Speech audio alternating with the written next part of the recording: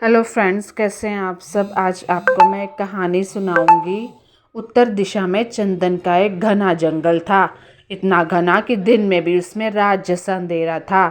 जंगल के बीचों बीच एक प्राचीन मंदिर था। उसी में एक और उस मंदिर के पुजारी और उनकी पत्नी रहते थे। वे दोनों अंधे थे। उनकी कोई संतान नहीं थी। इस बात का उन्हें बहुत दुख था, लेकिन वह किसी न किसी आशा में जी रहे थे। उन्हें जंगल के अंधेरे से कोई अंतर नहीं पड़ता था। इस कहानी का नाम है अक्का और राक्षस राजा। तो friends, subscribe my channel Twinkle Buddha Raja, ताकि मैं आपके लिए अच्छी अच्छी स्टोरीज ले आऊँ। इस बात का उन्हें दुख था। उन्हें जंगल के अंधेरे से कोई फर्क नहीं पड़ता था, परंतु सूर्य का प्रकाश नहीं मिलने से जंगल के फलदार वृक्ष सूखने लगे थे। पुजारी की पत्नी को 2 लोगों के लिए भोजन की व्यवस्था करना भी अब कठिन हो रहा था। जैसे तैसे वे इस आशा के साथ समय बिता रहे थे कि जैसे सबके दिन बदलते हैं, कभी उनके भी दिन बदलेंगे। उनकी भी गोद हरी भरी होगी, उनके भी घर बच्चा आएगा। उनका पूरा समय मंदिर की देखभाल में ही बीतता था। वो मंदिर का सारा काम करते थे। पुजारी थे ना, तो मंदिर का सारा काम करते थे और जी लगा के काम करते थे। एक दिन वहाँ एक सन्यासी आया। उसने पुजारी दंपति से भिक्षा मांगी। पुजारी की पत्नी जंगल में गई, जो भी फल मिले उससे ले आई। उसको जो भी मिला ले आई। बेचारी को घर में जो कुछ भी रूखा सूखा था उससे अतिथि का सत्कार किया। सन्यासी उनकी सेवा से प्रसन्न हुए और बोले, वत्स, मैं तुम दोनों की सेवा से प्रसन्न हूँ। तुमको कोई इच्छा हो तो बताओ, मैं आशीर्वाद देकर चाहूँगा कि तुम्हारी इच्छा पूरी हो। अंधे पति पत्नी ने एक साथ कहा, तिथि देवता, हम दोनों बूढ़े हो रहे हैं। हमारी देखरेख करने वाला कोई नहीं है। हमें संतान की कामना है। सन्यासी ने वरदान दिया, ऐसा ही होगा।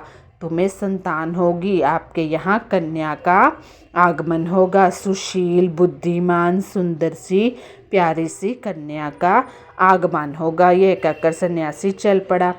पलंग पोश लेकर सौदागर जंगल से दूर निकल आया। उस जंगल के दूसरी ओर महल दिखाई दिया। उसे आश्चर्य हुआ कि यह महल कहाँ से आया। इसके पहले तो उसने इस महल को कभी नहीं देखा था। वास्तव में वह राक्षस राजा का माया महल था। वह राजा बहुत क्रूर और दुराचारी था, यानी कि अपने लोगों पर क्रूरता, मारता पीटता था लोगों को। जिसकी जो चीज़ उसे अच्छी लगती थी उसे छीन लेता था, फिर चाहे वो कुछ भी हो। वो मतलब अपने लोगों को, अपने साम्राज्य को, बहुत लोगों को तंग करता था। उनको खाना भी वक्त पे, रोनी, सब कुछ, मतलब बहुत उनका बुरा हाल करता था। जब लोग रोते चिल्लाते तो वह खूब हंसता था। उसके महल के आसपास कोई पशु पक्षी तक नहीं आते थे, क्योंकि वह सबको मार कर खा जाता था। जो आता था उसको मार देता था। चिड़ियों की चहचहाहट सुनकर वह क्रोध से भर जाता, इसीलिए लोग उसे राक्षस राजा कहते थे। अब उसे संयोग से ही कहेंगे कि सौदागर सीधे इसी राजमहल में पहुंच गया। और जब वो राजमहल में पहुंचा, उसका जो पलंग पोश था ना, जो उसने हाथ में पकड़ रखा था, उस पलंग पोश को देखकर उन्हें रानी बहुत पसंद आया। रानी उसको देख के हैरान हो गई। उन्होंने उसे सौदागर से मुंह मांगे दाम देकर खरीद लिया। रात को जब राजा और रानी उस पर सोए तो उनके आश्चर्य का ठिकाना ना था। वह जिस ओर सोते उस ओर काढ़ी गई ऋतु का उन्हें वैसा ही आभास होने लगता था। रानी की ओर ग्रीष्म ऋतु थी तो उन्हें पसीना आ रहा था। राजा की ओर सर्दी का दृश्य था तो ठंड के मारे उनके दांत किटकिटाने लगे। उन्हें समझ में आ गया कि वह इस पलंगपोश पर बनाए गए दृश्य का ही कमाल है। जब उन दोनों ने फैसला किया कि इस पलंगपोश को बनाने वाले, जहाँ से इसने खरीदा है, उसको हम सबक सिखाएंगे। जैसे तैसे सवेरा हुआ, राजा ने सौदागर को दरबार में लाने का हुक्म दिया, जिससे रानी ने उसे खरीदा था। राजा के सिपाही सौदागर को खोजने निकल पड़े। अंत में वह सौदागर को राजा के सामने ले आए। सौदागर डरते डरते राजा के सामने खड़ा हो गया। उसका सारा शरीर कँपकँपा रहा था, क्योंकि राक्षस राजा के बारे में तो जानता ही था वो। राजा ने पूछा, तुम यह पलंगपोश कहाँ से लाए हो? इस पर भी वो सौदागर कुछ नहीं बोला, बस राजा से डर रहा था कि राजा कहीं उसे मारकर खा ना जाए। सौदागर बोला, चंदन के जंगल के बीच में एक प्राचीन मंदिर है। उसी मंदिर के अंधे पुजारी की कन्या ने इसे बनाया है। मैंने उससे ही इसे खरीदा था।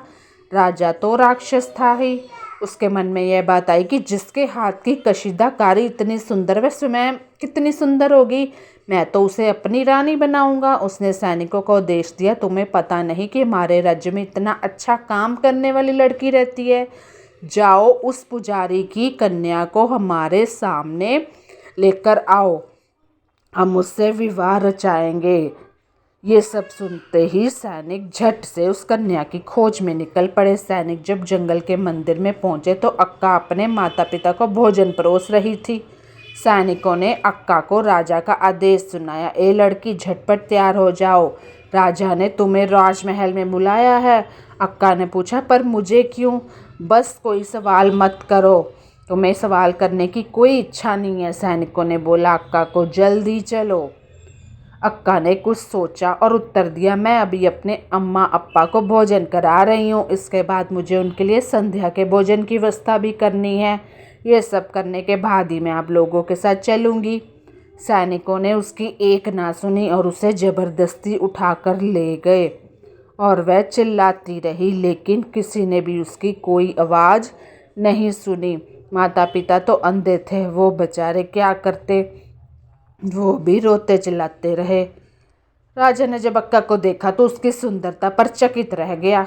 उसने तुरंत उसके सामने विवाह का प्रस्ताव रखा, उसका हाथ पकड़कर चूमते हुए बोला, तुम्हारे हाथों में जादू है, जादू है, तुम्हारी उंगलियां कितनी कोमल हैं, तुम इतनी सुंदर हो, इतनी अच्छी कढ़ाई करती हो, अब तुम मुझे तुम्हारे बारे में पता क्यों नहीं चला? तुम कहाँ थी इतनी देर? मैं तुमसे अभी विवाह करना चाहता हूँ, मैं तुम्हें पसंद करने लगा हूँ। राजा ने अक्का से ये बातें कही। अक्का निर्भीक और निडर थी। उसने अपना हाथ जोर से छुड़ाते हुए कहा, व्यर्थ की बातें मत करो, मुझे घर जाने दो, मेरे अंधे माता पिता मेरी राह देख रहे होंगे, मुझे घर में बहुत काम है। राजा कहाँ मानने वाला था, उसे तो कोमल लागी अक्का को अपनी दुल्हन बनाने की धुन सवार थी, वो किसी की सुन भी नहीं रहा था। उसने अक्का को कैद कर लिया। अक्का बहुत रोई, गिड़गिड़ाई, चिल्लाई, पर राजा ना माना। राजा ने उसकी एक ना सुनी। राजा की पहली रानी ने अपने पति को समझाने की भी बहुत कोशिश की, लेकिन राक्षस राजा को गुस्सा आया।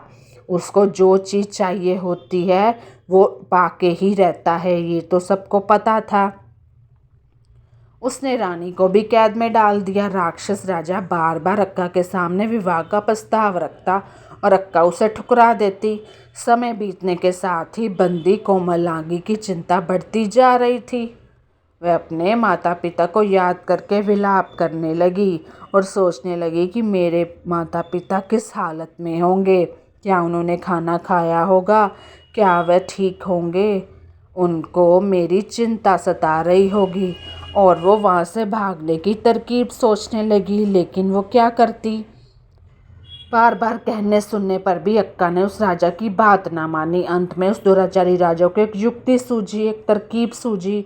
उसने बेल बूटे बनाने की पूरी सामग्री अक्का को देते हुए कहा, मुझे बहुत दिन कोई मुर्गा देखे हुए तुम मेरे लिए 7 दिनों के अंदर ऐसा मुर्गा काट कर दो जो बिल्कुल सजीव लगे।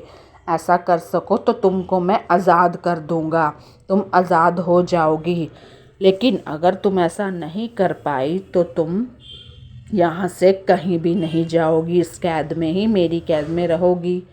भूखी प्यासी रहकर अक्का ने मुर्गा बनाना शुरू किया। 7वें दिन काम पूरा हुआ। अक्का को अपने माता पिता की याद आ रही थी।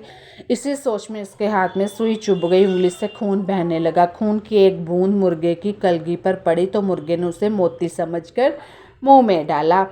उसी समय वह सचमुच जीवित होकर इधर उधर उड़ने लगा, क्योंकि अक्का को तो सन्यासी ने वरदान दिया था ना कि तुम्हारी कन्या बहुत ही सजीव और कुशल होगी हर चीज़ में। राजा 8वें दिन मुर्गा देखने गया। एक मुर्गे को इधर उधर कूदते फाते देखकर राजा को आश्चर्य तो हुआ, पर उसके मन में बेईमानी आ गई। उसने सोचा, यदि मैंने मान लिया कि यह धागे से कढ़ाई करके बनाया गया मुर्गा है तो यह सुंदर कोमलांगी कन्या लौट जाएगी और मुझसे विवाह नहीं करेगी। मन बेईमान हो गया ना उसका। वह अक्का को अपनी ओर खींचकर बोला, यह मुर्गा तो पहले से ही महल के आसपास घूमता फिरता था, तुम्हारा कशीदाकारी वाला मुर्गा कहाँ है? राजा की बात सुनकर मुर्गे को बहुत गुस्सा आया।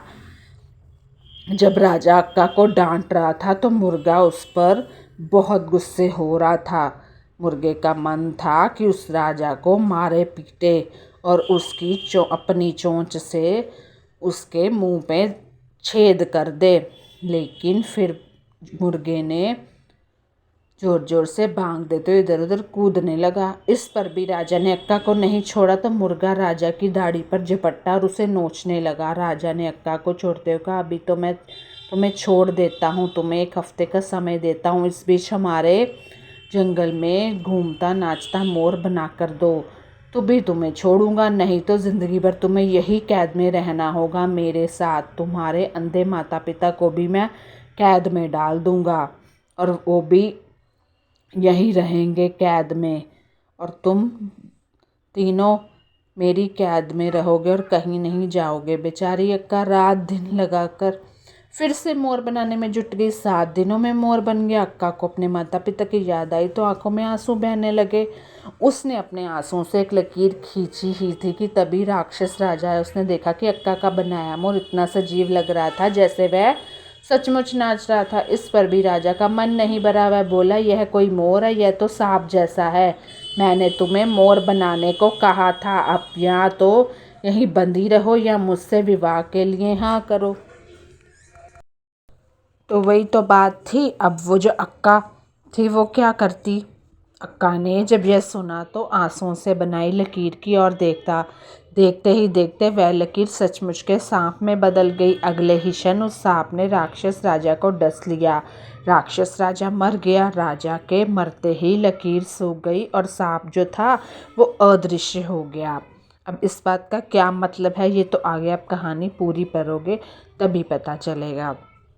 जब सांप अदृश्य हो गया, अक्का ने राजा की पहली रानी को कैसे छुड़ाकर राक्षस राजा का राज्य उन्हें सौंप दिया। कढ़ाई वाला मोर सजीव मोर बनकर अक्का और उसके माता पिता को पेट पर बिठाकर आसमान में उड़ गया। इसके बाद अक्का को किसी ने नहीं देखा। लोगों का विश्वास है कि अक्का आसमान में आज भी उसी तरह सुंदर सुंदर कशीदाकारी करती रहती है जो हमें वर्ष के बाद आसमान में रंग बिरंगे इंद्रधनुष के रूप में दिखाई देते हैं। तो फ्रेंड्स, कैसी लगी आपको ये मेरी स्टोरी मुझे ज़रूर बताइएगा। तो बाय बाय, टेक केयर।